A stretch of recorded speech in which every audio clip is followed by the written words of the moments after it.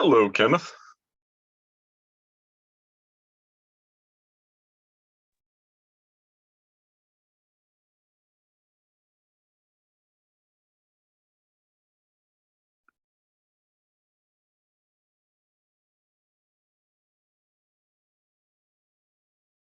Can you hear me, Kenneth?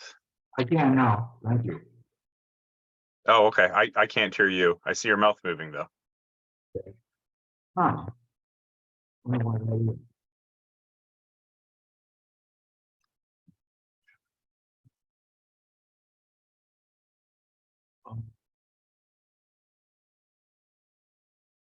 the volume here.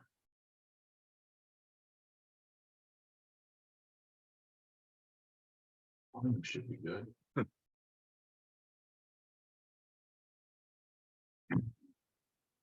Glenn. Oh, wait till he's connected to the audio.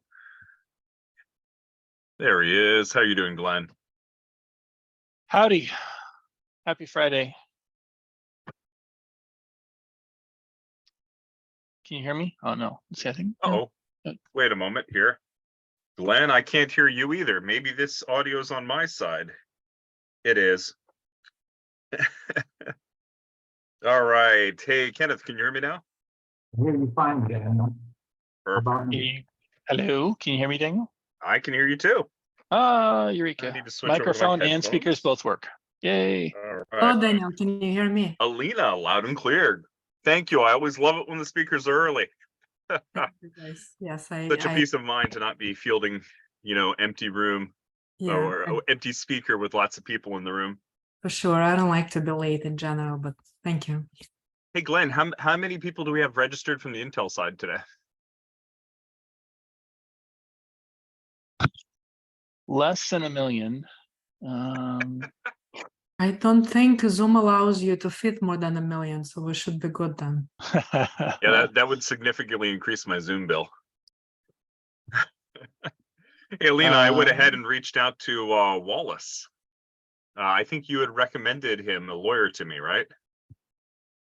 That name sounds familiar, potentially. Wallace Blowski? No, there was someone else I was That thinking was somebody about. else. Okay. Yeah. I I have recommended you 100 Mike, so I'm so What's sorry. that? I recommend. I did talk to Mike as well. I have 134, Daniel. 134. It's a pretty good number. That's excellent number. Thanks, Glenn. Less Yeah, than 1 and million. that's and I have quite a few that register outside of Intel too, and unfortunately I don't have a way to collate those numbers or to get access to the Intel number anymore. All right, but we'll just wait here. It's almost noon, so people will start filtering in. How are things going, Alina? How is running a fund? I'm setting up one myself now, so I have lots of questions.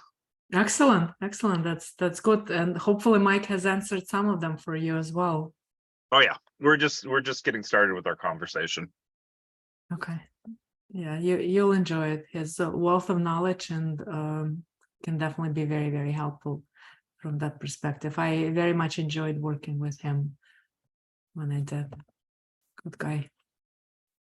But things are good. I mean, for us, I'm in Central. I'm in Eastern, so it's half of the day is gone, but the day is going great. Soon it'll be the weekend. Yeah. Can't wait. Yeah. I've been doing a little, I'm working full-time now on real estate, but I do tend to take my Fridays a little easier. And actually right after this, I am going to join my whole family over at an amusement park. So that's excellent. Wow, that's a lot of fun. That's good. Yeah. All right. Hello to all the regulars that I see here. Tiag and Brad and Karthik and Mike and Jatendra. Tracy.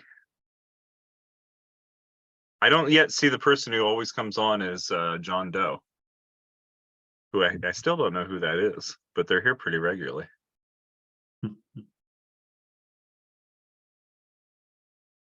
All right. While we're waiting here, first of all, happy Friday. We're here at the Alternative Investing Club in order to raise our experience and education level in real estate and other alternative investment assets. We're going to be waiting for a few more minutes as we let people filter into the room. My name is Daniel Homland. If you don't know me, I would love to get to know you. I'm a real estate enthusiast. I'm also an enthusiast for all of you people that are turning on your video. I know we tend to kind of just be ghosts on the wall a lot of times in meetings like this, but if you want to turn on your video, it's a great way to make it really feel like a community. Feel free to put your text in the chat if you want to ask questions or just talk between yourselves. But as we're getting ready and getting started here, I know where most of you are, although I haven't asked the question in a long time. So if you'd like to go to the chat, let us know where you're calling in from. Ashish, it's good to see you back. You were gone in India for a couple of weeks, right? It looks like you're maybe in a motorhome or something. Yeah, I'm camping. We're camping. Oh, okay. Thanks for dialing in. we were gone for a month in the Adriatic in India. It was great. It was hot. Oh, good to have you back. All right, Southern California. Go ahead when you're calling in here. Let us know where you're coming in from. I think I actually have the question fairly often from the speakers. Where are the people in your group from? And what I tell them is the number one or the largest location is Folsom, California. And to be honest, I don't know if that's true anymore. And then the second most is Portland, Oregon, and the third most is Chandler. And then the Bay Area is right up there too. I think it comes in fourth. So be interesting. San Diego, hello there. You're coming in from your house in Chandler. Oop, put my phone on mute. All right.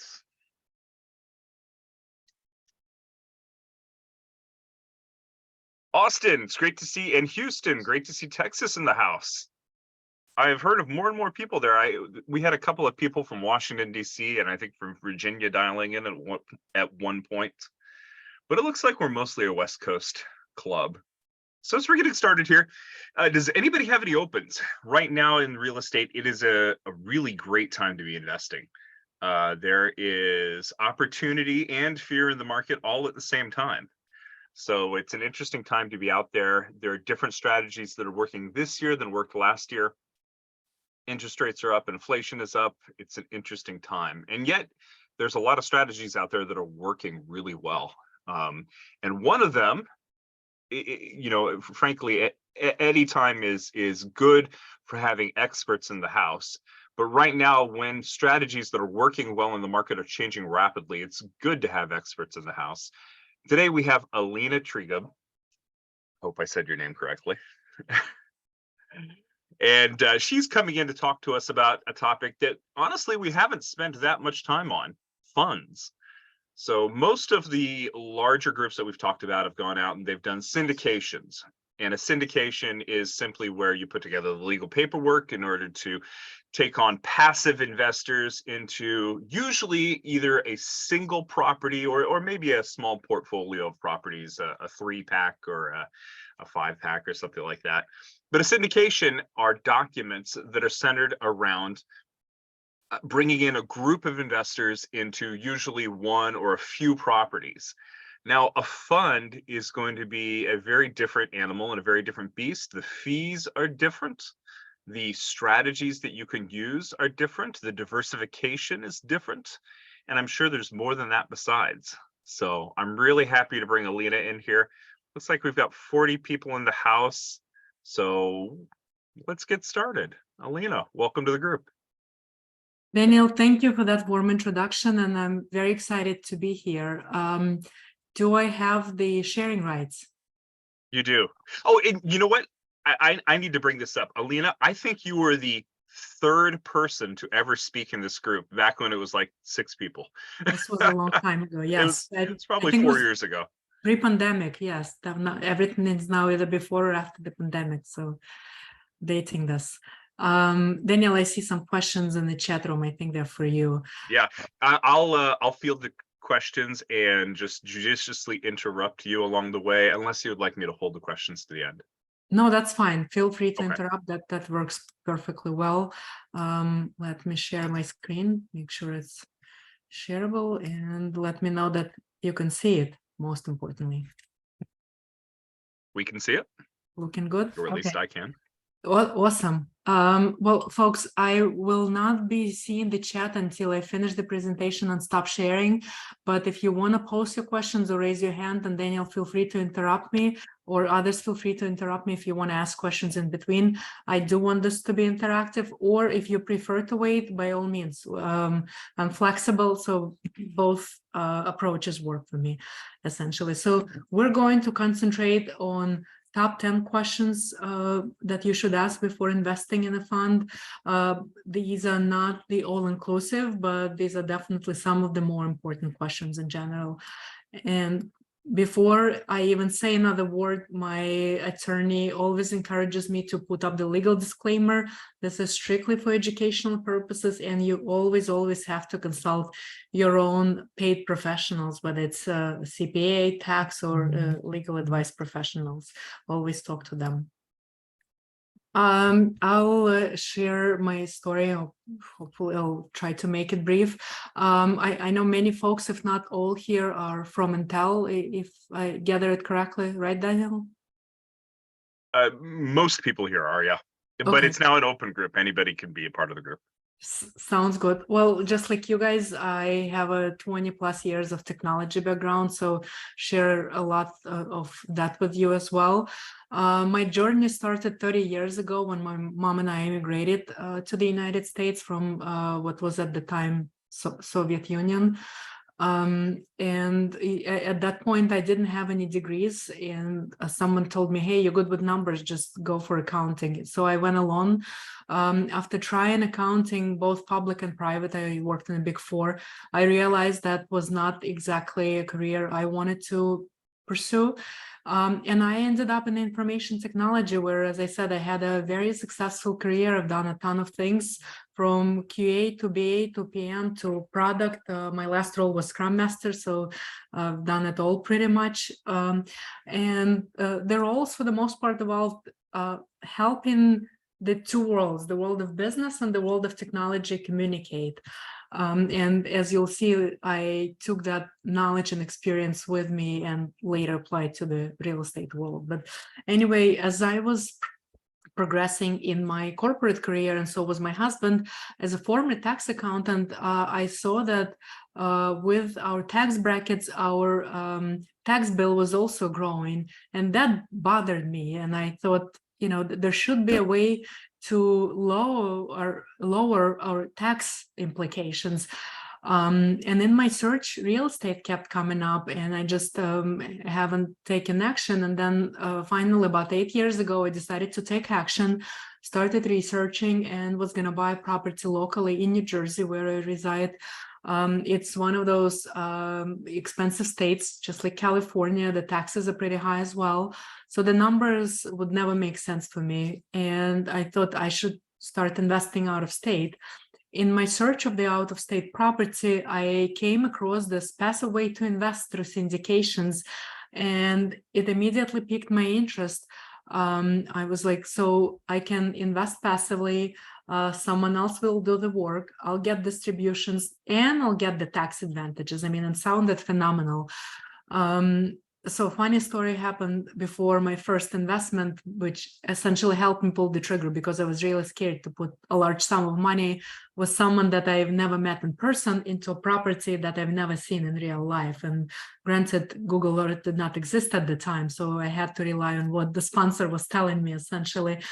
So the sponsor, and this is before CRM time and everything, or before anyone used CRM time. So the sponsor, by accident, CC'd all of his prospective investors.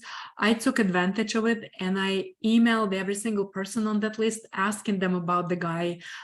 They ended up, 2 people responded, they ended up giving very positive feedback that helped me to invest.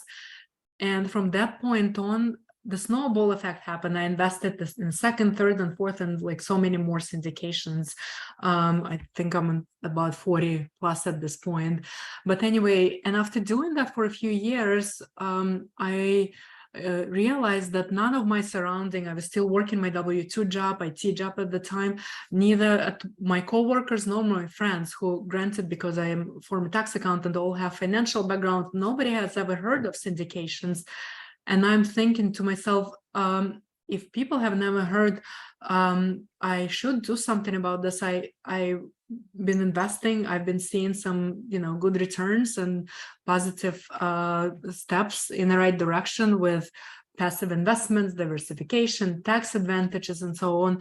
And so I thought I should help other people. So out of this, the idea of creating my own company, Samo Financial, was born.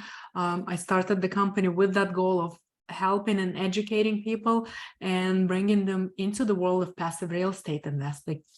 And in my journey, which, as I said, started while I was still working my full-time job and raising my kids, I was always, in addition to reading real estate books, I was always reading personal development books, and the Rich Dad Poor Dad was one of them, and many investors call it the purple book. So when I learned that there is a teenage version, I immediately bought it and was anxious to give it to my kids to read it. They weren't really interested in doing it, but after multiple attempts, they agreed to read it, and nothing came of it. They just read it and said, okay, Mom, there is a check mark. You wanted us to read it, we read it. But then sometime later, I was riding in a car with my son, and he was 11 at the time, and investor called. So investor and I talked on a speakerphone, of course, and my son was quiet. And after we hang up, my son turns to me and goes, Mom, you were talking about assets with this guy. And first I was taken aback. I was like, how do you know that? And he said, well, you made us read that purple book, remember? So that's when my eyes lit up. I figured, yes, some piece of that book did stick with them. So that was a good thing. So I was really happy about that experience. But anyway, that's how my journey started. I lost my W-2 during the pandemic. At that time, I've already been GP and LP on a bunch of investments. And at this point, I just decided I didn't need to find another full-time job anymore. And I can continue with my real estate journey. But have I not done that additional, steps ahead of time? Have I not prepared my family with that passive income and with that diversified portfolio ahead of time? I don't know if I were in the same position during the pandemic when this happened. But let me tell you, it's been 3 years, over 3 years at this point, and it was a blessing in the sky. It was the best thing that happened to me, and I'm really, really happy that it happened. And of course, I'm not talking about pandemic. I'm talking about the pink slip that came my way at that time. So later on, a mutual friend introduces me and a private equity fund manager who almost immediately invites me over to spearhead investor relations, which I did. I worked with them, being head of investor relations for a little over 2 years. I really enjoyed it, but my passion was always to work on my own projects. And so we parted ways on a very good terms. I helped them find a replacement and everything, but it's been a couple of months now that I'm in a journey of my own, essentially finding and buying my own properties, commercial properties for the most part, and concentrating on what I always wanted to do. It's all about having the lifestyle that I desire, that allows me to work around my family schedule and concentrate on something that I really, really enjoy, which is commercial real estate investing. So on that note, let's dive into the topic of the day. So again, while I'm sharing with you the top 10 questions, these are not necessarily the only questions you should ask. There are always more questions that you can ask.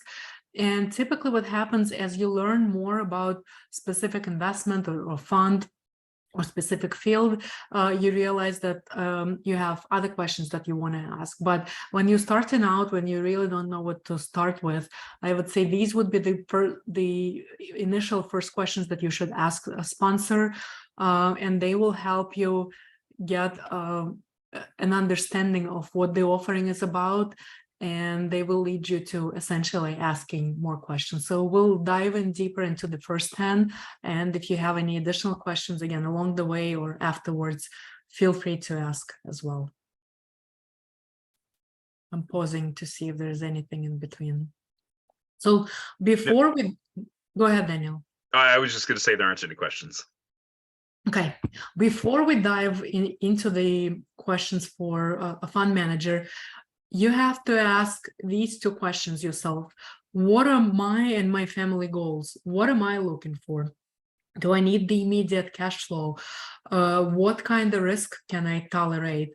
What kind of liquidity do I need? What's my time horizon? Is it 3 years? Is it 15 years? What kind of tax advantages am I interested in, if any? And then also, what kind of asset allocation do I want to see? Do I want to see, let's say, strictly multifamily, or do I want to see multifamily, industrial, short-term rentals, and so forth? These are the questions that you need to ask yourself before going out there and looking for either a single asset syndication or a fund. And I also want to give this preamble. So when people say syndication, they typically refer to the single asset project, but in reality, syndication is a legal term for a legal structure. So a fund is also a syndication. The main difference is a fund is a bouquet of properties. It is a portfolio that has a bunch of properties in it, which is still structured as a syndication. But when you hear people say syndication, think of it as a single asset, simply because that's how people in common world refer to it in general. So when deciding to invest, whether it's alternative, stock market, or anything else, you have to keep in mind the difference between investing and speculating. And in my view, nothing gives a better definition of what the investing is than this quote from Ben Graham, which where he said that investment operation is one on a thorough analysis promises safety of principal and a satisfactory return. Operations not meeting these requirements are speculative. So the way I personally interpret this, if you are given an offering and the operator tells you this is absolutely 100% safe and secure, run away, because such thing does not exist. As we learned recently, even FDIC insured investments are not that secure. I mean, they do offer security and the government is behind them, but all the investments have risks. What you do want to hear from the operator, syndicator, and these terms are used interchangeably, operator, syndicator, sponsor, and so forth. You do want to hear from them that, yes, the investment has the risks. These are the risks, and these are the risk mitigation strategy steps that we have in mind if this risk happen. So when you hear that, that is the operator that has the experience and is prepared to the potential risk that may happen, because risk can happen with any kind of investment. Okay, so let us dive in. So the first and foremost is, of course, how secure is the investment? Well, as we all know, leverage creates risk. Downside protection is a safety mechanism. The loan on a house is the first lien, and it's relatively safe because it's your mortgage, right? Moderate leverage creates higher degree of safety. If you're investing in a loan and acting as a lender, you want lower leverage to reduce your risk. If you're the owner of a project, you obviously don't want to have a ton of leverage because that creates a ton of risk. Keep in mind, leverage does not mean bad. All it means is the risk level is higher, the higher your leverage. So the security of the investment is what separates, in general, the investment-grade investment from speculative-grade investment, and risk plays an essential part in that investment. And obviously, the typical investments used to have 80% leverage. Now they're slightly lower. They're somewhere between 70 to 75% on average. Again, there are some that are 80%, some that are 65, and so forth. But on average, that's the acceptable risk. But then again, it's on you to determine what kind of leverage is acceptable to you. And keep in mind, when you're investing in a fund, it will have a lot of projects and each of them can have a different leverage. So always ask that question, always understand what's on average the leverage of the overall portfolio and determine whether that's acceptable for you and your family personally. These are different types of risks that may happen. This is, again, not all inclusive, but in general, as we know, no one can predict when natural disasters will happen, but they did happen. And because of their frequency, for example, in Florida, the insurance rates went up significantly, in some cases up to 100%. It's unfortunate, but that's what happens with the risk. So a risk like that can not be predicted, but you can put some sort of risk mitigation strategy in case the insurance increases. But again, the increases that we're used to from the past, for the most part, are somewhere between 10 to 20%. So this is more of a common risk, and that's the type of risk that you would be presenting in your risk mitigation strategy.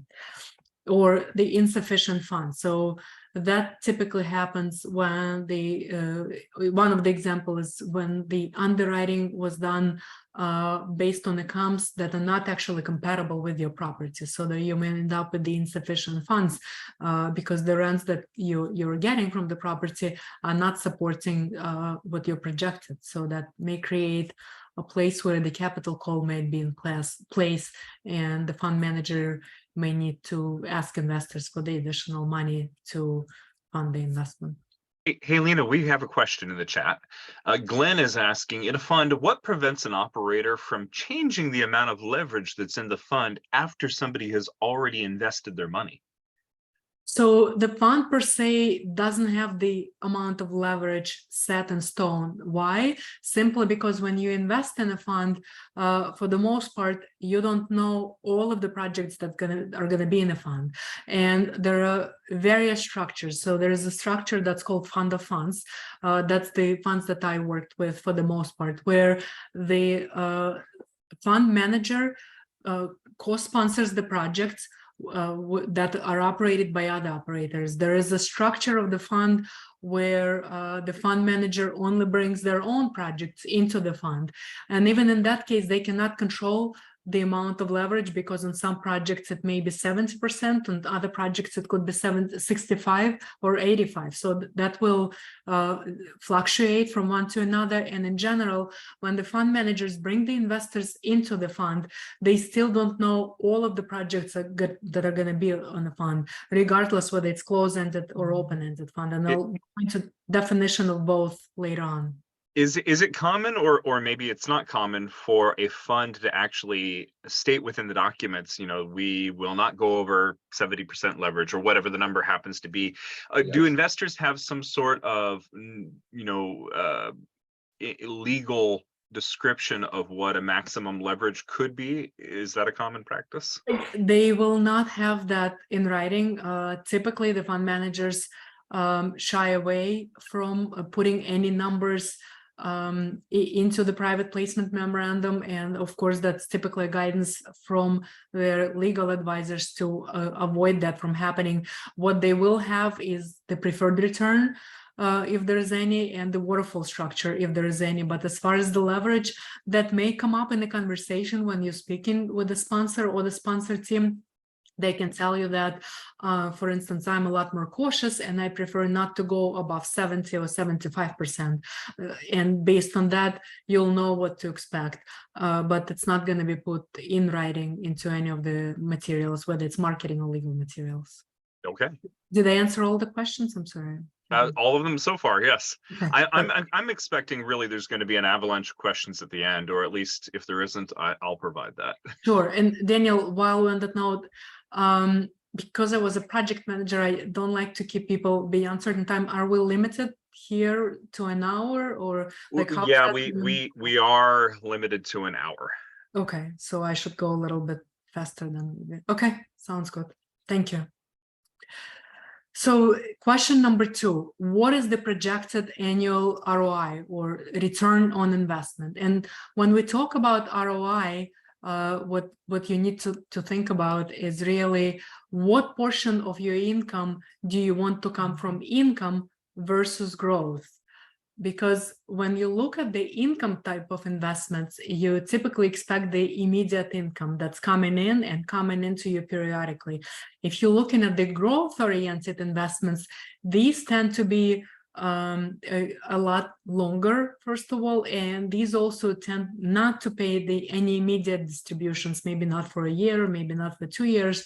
What they do offer is a much higher equity component at the end of the life of the investment. So I call it deferred appreciation, because you're waiting for some time and you're fine to wait because you want to get that higher equity multiple at the end versus the income investments that offer that cash flow but immediate. So think of it as time value of money. Hey, Alina, so in a growth fund, then, is it common to provide a preferred equity amount? And if so, would that, when you say the amount of equity is larger at the end and there's less income in a growth fund, is it common to have preferred equity? And is it a cumulative preferred equity, or how is that often structured in a growth fund? Sure, Daniel, is the question whether the fund has a preferred return? You're referring to pref? Preferred return, yeah, pref. Okay, yeah. So yes, the fund may absolutely have pref. What you need to watch out for, number one, whether that pref is cumulative, because that's you can't assume that it's not always cumulative. And then if it's cumulative, another question to ask, and I think I may even have it in my presentation, is when will the fund start paying? When it's a growth-oriented fund, that means that the projects that it's bringing into the fund are the projects that not going to be paying any immediate distributions. They will concentrate on growth. It could be new construction, it could be conversion projects, it could be value add type of projects with any type of assets, but these are typical projects that need some time to accumulate the income first, and whatever income they're producing immediately, they're going to be putting back into their projects in order to expedite them and make them progress sooner. Hey, Alina, yeah, you did, but let's back up a little bit and just define some of the terms here. Actually, can you define what pref is and then what it means for it to be cumulative? Sure. And then we have a question on what does it mean to be non-compounded but cumulative? Excellent question. So in a stock market, your interest could be compounding and cumulative. Cumulative interest, cumulative preferred return simply means if you're not paid something at the end of a specific term, then that interest accumulates until the next point in that term. And what cumulative return entails is that you as a passive investor will be paid that X percentage first before the general partner paid. Let's say cumulative return is 7. So that means that the first 7% of the return of the investment, regardless whether it's a single asset syndication or a fund, must be paid to the investor. And until that 7% is generated, the GPs are not getting paid. So the first 7% goes to investors. Let's say the investment pays out quarterly. Okay, let's make it 8 to make it simple. So the investment pays out quarterly. So in the first quarter, you're expected to be paid 2%, right? It's 2% a quarter. If you're not paid 2% a quarter, 8% annualized, guess what? That 2% accumulates and carries forward into the future. Compounding means that whatever is not paid compounds on top of it. This is not something that it pertains to the alternative investments or real estate syndications in general. Typically, the offers could be cumulative, but I've never seen one that's compounding. Maybe they exist, but I have not seen it. What percentage of funds do you think are cumulative versus non-cumulative? I would not be able to answer that question. You have to ask. You can't assume. I would think that majority are cumulative, but again, a lot also depends on what type of fund are we dealing with. Is it an income fund or a growth fund? Because again, growth funds will not be gearing towards paying you immediately. They'll delay that gratification, while income funds will concentrate, okay, we need to produce cash flow because our investors investing in expecting that cash every single distribution period. Okay. All right. Okay, let's keep No, looking. no other questions. Awesome. And hopefully more down the road. Question number 3. Okay, and I'm looking at the time. Hopefully we're still okay. What type of income does fund offer and how is it taxed? So the second part is more often than not skipped. And as a former tax accountant, I can't stress enough how important it is. Why, let me explain. The distributions that you're getting from the fund, they could differentiate. You could be getting income that's considered taxed as an ordinary income. You could be getting some money back that are considered return of your principal, which is non-taxable, or you could be getting some equity back, which is taxed at a capital gain tax, which is capped at 20% for the most people. And what's important is if you're getting, let's say, income that's considered ordinary income, since a lot of folks here are technology professionals, you are probably highly compensated employees. I'm guessing a lot of you are in 32% plus tax bracket. Well, guess what? If I were to use a numbers example, let's say you're getting 10,000 of income that's treated as ordinary income a year from a specific investment. Out of that 10,000, you're in 32% tax bracket, you're actually only getting 6,800. Why? Because you're in 32% tax bracket. So the 3,200 are immediately slashed and it goes to Uncle Sam. So always keep the tax component in mind if you're investing cash. If you're investing your IRA money, that's a completely different story, and we'll cover some of it at a later slide. But when you invest in cash, that's going to be taxed along with your other income, your W-2 income. Always keep the tax component in mind. Question number 4. So what's liquidity of the investment? Some investments are more liquid than others. There are closed and open-ended funds. And I promise I do have a slide on the definition of closed and open-ended funds later on.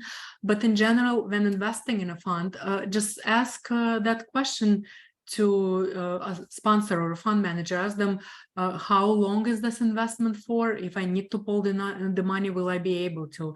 In majority of the cases, these are not liquid investments. This is not like the stock market, and that's what differentiates syndication investing or fund investing from the stock market.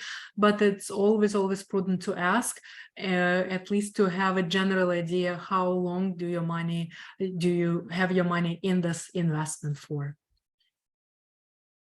Trying to go quicker to make sure that we cover all of the slides and have some time for questions. So question number 5, what are the fund fees? Just like with the single asset syndications, the most common fees are acquisition fee, asset management fee, and disposition fee. And while majority of them runs somewhere between 1% to 2%, I've seen more, I've seen less. A lot of it is discretion of a manager and some specific situations that the property or the fund manager might be at. So it's always prudent to ask. You also need to ask at the waterfalls, look at the waterfall structure that the fund manager has put together and see whether that has any incentives for investors or for the fund manager team. So all of that needs to be looked at in conjunction with one another, not separately. Oh, the fees are high, I'm not going to look at it. Why are the fees high? Is the sponsor very experienced? Are they putting a lot of money of their own into this? Do they have the track record to maybe outperform themselves? Or do they not have the track record? All of that has to be taken into consideration when deciding how high or how low the fees are. And don't assume when you look at the marketing materials and it has a number and you're not happy with that number, pick up the phone and call or schedule time with them through their calendar and ask them why is the fee so, and maybe they'll have a reasonable explanation, maybe not, but you will decide that after you have a conversation with them. This is just an example of what a typical waterfall may look like for a growth fund. So there are usually different tiers. The more you invest, obviously, the higher return you can expect in a fund. And again, this is just an example, doesn't mean that are all funds structured in a similar manner. And as you see in this particular case, the marketing material does indicate that there's a preferred return, and this return is cumulative but non-compounded. But still, you always have to ask whether that return is cumulative. Never assume that. Question number 6, what is the frequency of distribution? So the most common frequencies are quarterly or monthly. Sometimes the sponsor can say, the investment may last for maybe 2 to 3 years, but I don't plan to make any distributions, expect a large chunk of money at the end. That's also possible. Sometimes they say, let's say it's a new construction or heavy lifting repositioning, they'll say, we're not going to pay for the first 12 months, we'll start paying after the first quarter of the second year. So always ask that question unless it's already laid out in the materials. And again, depending on what type of money you're investing, whether it's IRA money that you don't care to get the distribution sooner, or whether it's cash or maybe insurance money and whatnot, depending on that, you decide how important or how that influences your decision whether to invest in a particular fund or not, in terms of the frequency of distributions and when exactly they're going to start. Question number 7, can you trust the management team? Yeah, that's that's a loaded question. Of course, a lot depends on the team's experience. A lot depends whether it's the people you know, like, and trust, as well as, how long have they been in business? Is this someone who's been around the block during the last recession? What kind of experience they have? Have they lost any of the investors' money? And how transparent they are. I mean, if you come to a sponsor and they tell you, oh, I've been in business, let's say, for 10 years, and everything always went great, I would probably shy away from that operator, because people always have some sort of trouble. I mean, if any of you have your businesses or have seen someone run a business, there is always problem, there is always obstacle. Not to say that people do not come out clean from those obstacles and are able to solve their problems.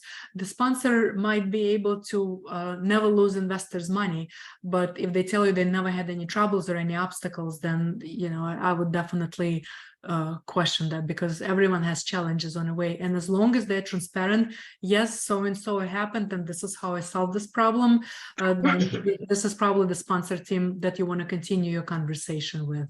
And of course, it's always great to have references and recommendations. If let's say it's the team that let's say Daniel has invested for years with, and he trusts them and he has all good things to tell you about them, then of course that comes with a solid recommendation, and you'll probably consider this investment team and consider their offering and decide to review and maybe invest with them. Keep in mind that any good looking deal may turn bad, and there are tons of reasons why it may happen. Fraud happens, market can turn bad, and we're witnessing that right now. We've seen how high the Feds increase the rates, and I'm sure they're going to continue doing it for at least another term or two.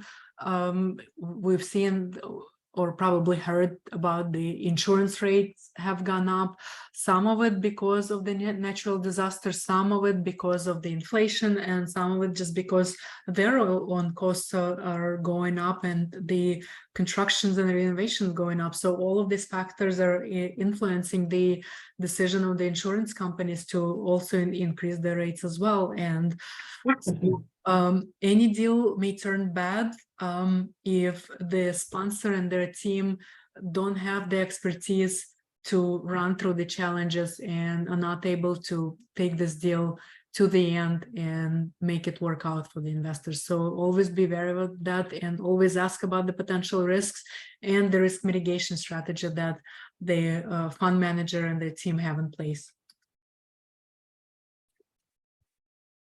Question number 8. What type and quality of deal flow do you as a fund manager offer? So this question may entail many things. Does the team plan to bring into the fund 10 to 20 projects, or is it more in the hundreds? How many projects do they have right now? Also, as I mentioned, the structure of the fund could be different. If it's the projects that the team operates themselves, it's one thing. If it's the fund manager that's typically co-GPing on a project, then what are their plans in terms of what kind of assets are they bringing, what geographic locations are they going, what type of investment strategies they're bringing? Because keep in mind, the fund investments, if it's a fund, the fund structure could be diversified in 3 different ways. It could be diversified geographically. It could be diversified in terms of different asset classes, such as industrial, multifamily, storage, flex space, and so forth. Or the third way to diversify is bring in different real estate investment strategies into the fund. A good example of that could be a growth fund. So what type of real estate investment strategies are good for a growth fund? Depending on its risk profile, it could bring anything from value adds to new construction, to hotels, to affordable housing conversions, to either core or core plus projects if they're a lot less risky and just want stabilized investments, to even triple nets potentially. So a lot depends on, the fund goals and the fund risk profile as well.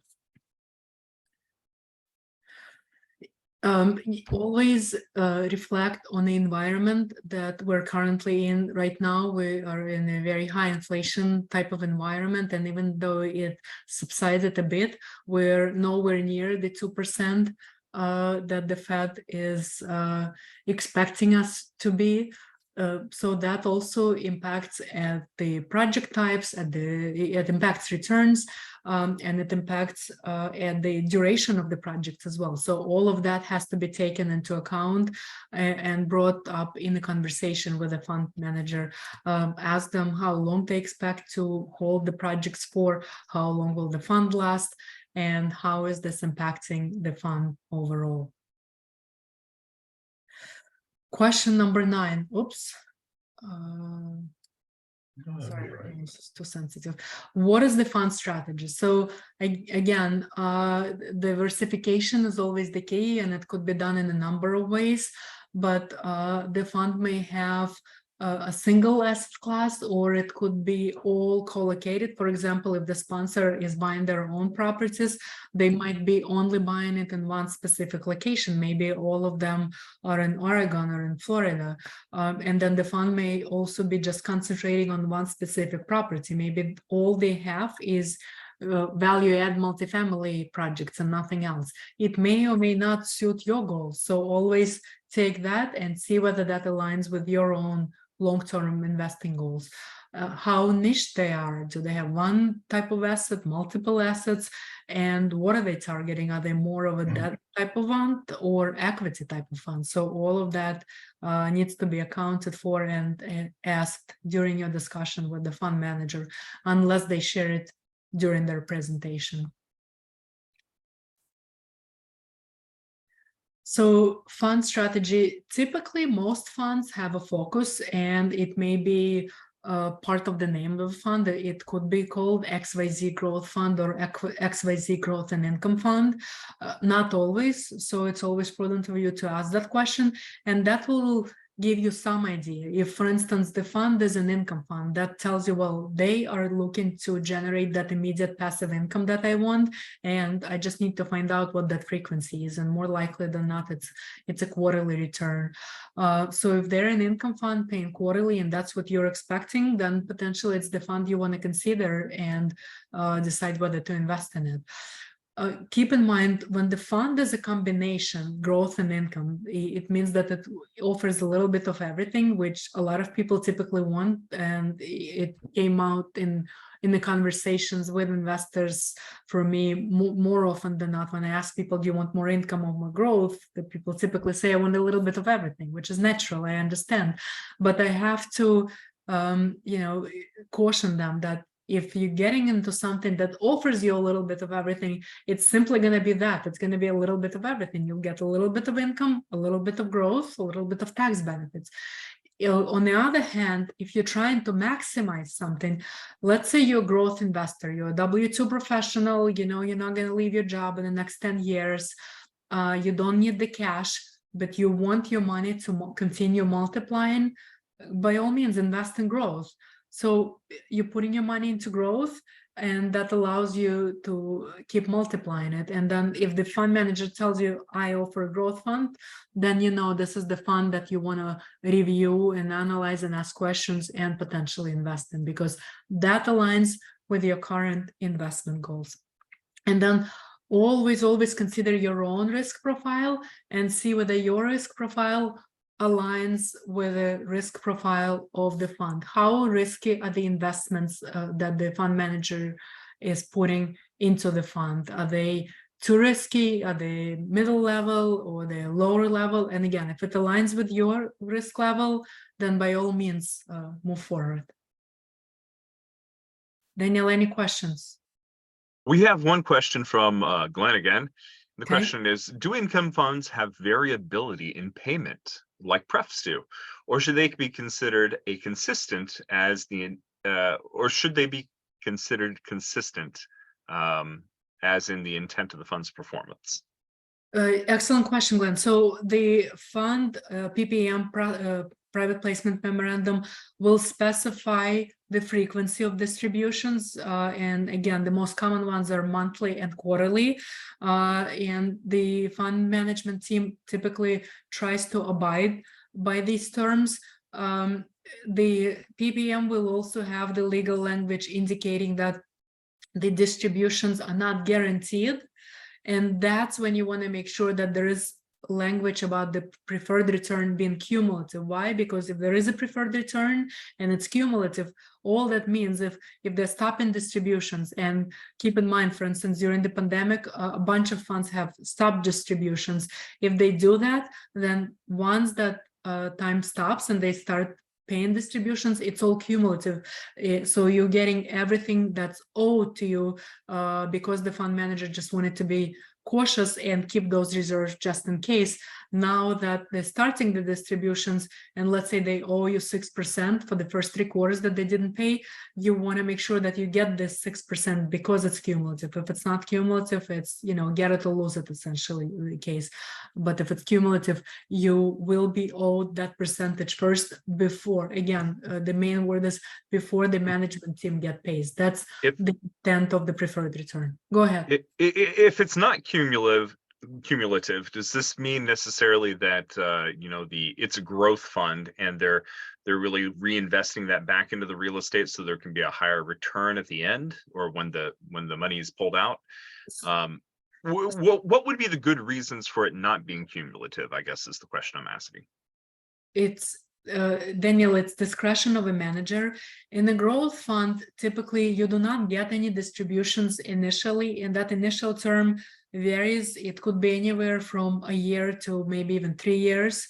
But usually once they start distributions, they pay in continuously. So if we use an example of a multifamily value add fund, so the fund, all it contains is multifamily value adds. Think of a fund manager who brings these multifamily projects into the fund. Initially, they have to go through the repositioning, renovate the units, maybe replace roofs, maybe replace the playground, the pet ground, and create a pet park and whatnot. At that time, the money that the property is generating is usually put back into the property because they want to reposition it faster and they want to start generating returns sooner. So because they're not putting any money out and giving it to investors, but rather putting it into the property, back into the property, the investors are not paid out initially, with the intent that the property is repositioned in, let's say, 12 months, and then starting with the month 13, this property and hopefully other properties that have been brought into the fund around the same time will start generating income. So the fund manager has the cash to start paying investors. Okay, thank you. Okay.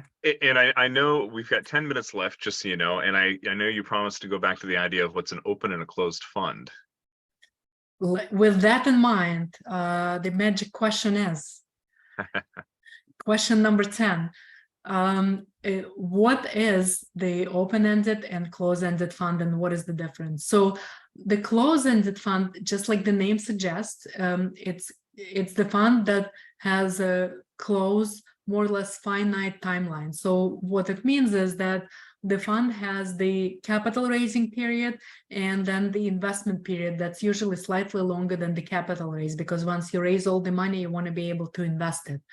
And then after that, all the investment stops. So whatever money come back from investments, whether it's cash out refi or the projects are sold, all this money start going to the investors. So if we were to use the same example that I just used for the multifamily value add fund, once the projects are repositioned and once the property starts paying the return that doesn't have go back to for additional repositioning, guess what? This money start going to the investors. It's a close-ended fund. So once all of these multifamily projects in this multifamily value add fund are sold, that fund is disposed of, it's gone, it's no more.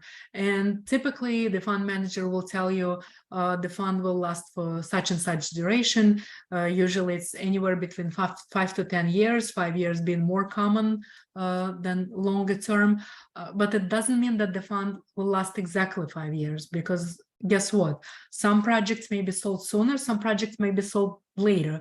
But in general, all of the projects that they're putting into the fund are projecting to run for about 5 years. But most likely what will happen, close to your fund, you'll probably get your principal back and you'll be seeing distributions and majority of the money will come back, but some of the projects will still be lagging behind and probably be sold at a later dates. But that's a close-ended fund.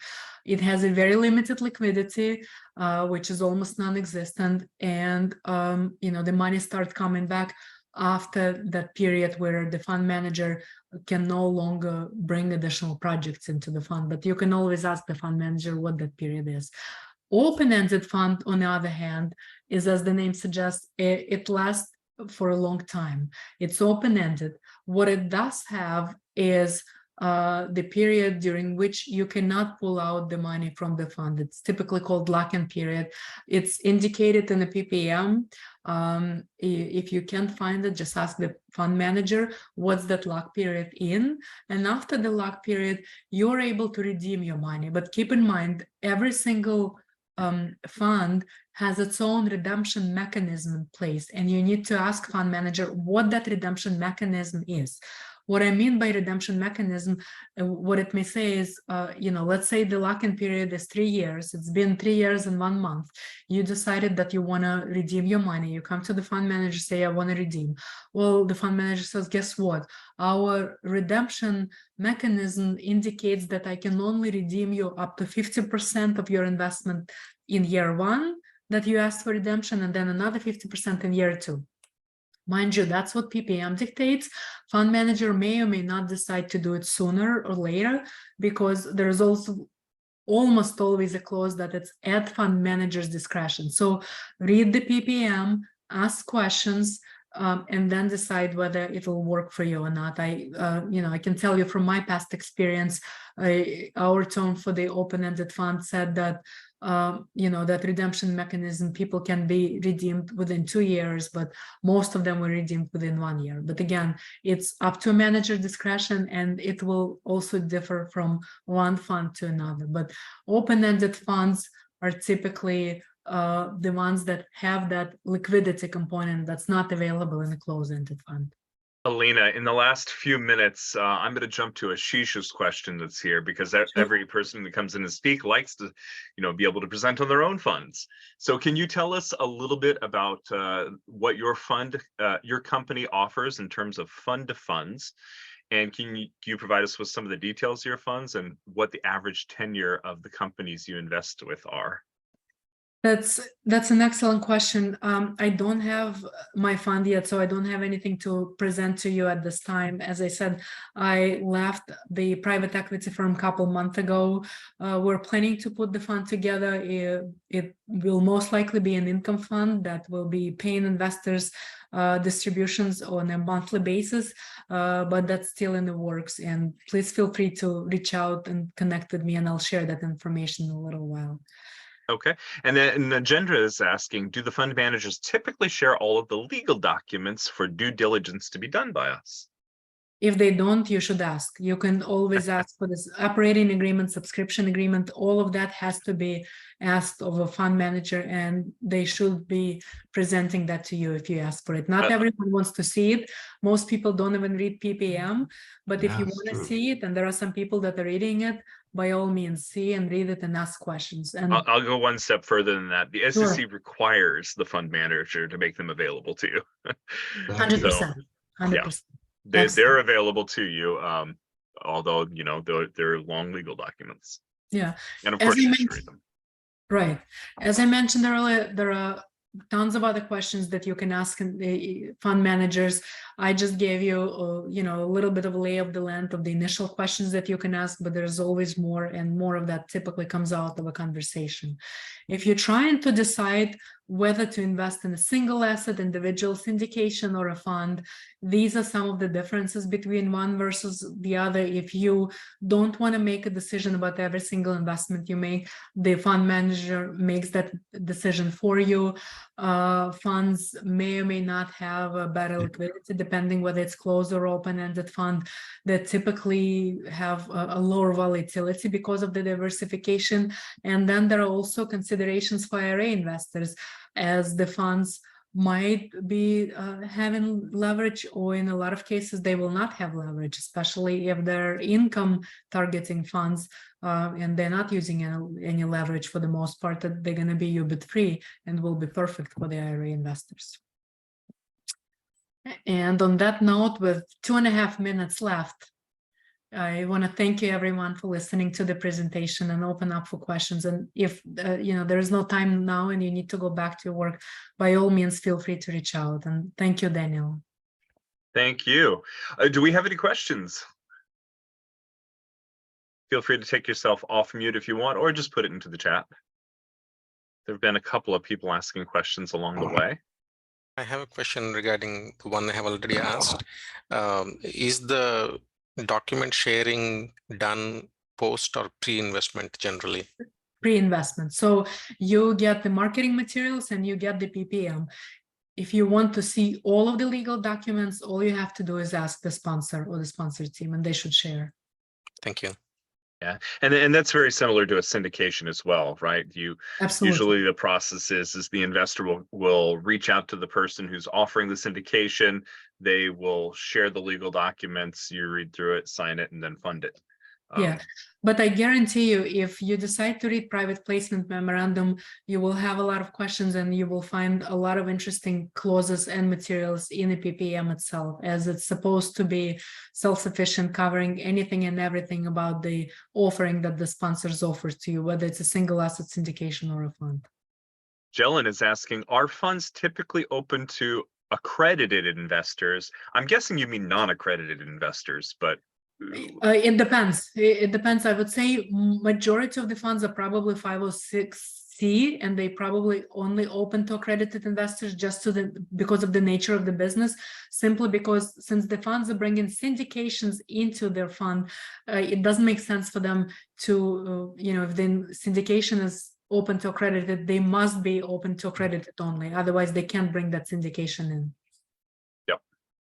All right, everybody, in the last minute here, could one more question. Where's the best place to find open, and I'm not sure what this is, syndications, I'm guessing, from Anita. Excellent question. Anita, excellent question. So the best place to find, there are tons of crowdfunding platform. People are also posting a lot on social media, Facebook, LinkedIn. You can Google it, you can go on Bigger Pockets. And if you want something a little bit more specific, I actually have an article. So if you email me, I'll send you that article that talks about places to find syndication offerings. I've got a lot of resources there too. If you want to reach out, I'm glad to share them as well. Awesome. All right. Could everybody take themselves off mute and thank Alina for coming in and speaking to us today about funds? Thank you, Elena. Thank you, Alina. Thank you. Thank you. Thank you. Very good. Спасибо, Alina. Thank you. Very good. You're welcome. Пожалуйста. Thank you very much. Thanks for having me. I really enjoyed this group. Ton of excellent questions. Folks, feel free to reach out. Daniel, thank you so much. And glad to be back. Hope to be back again with my fund. Yeah, absolutely. We should, I'd love to catch up with you as you're launching your fund. Sounds good. Thank you, guys. Have an awesome weekend. Enjoy it. Bye, everyone. Bye-bye, everybody. Thanks. See you next week.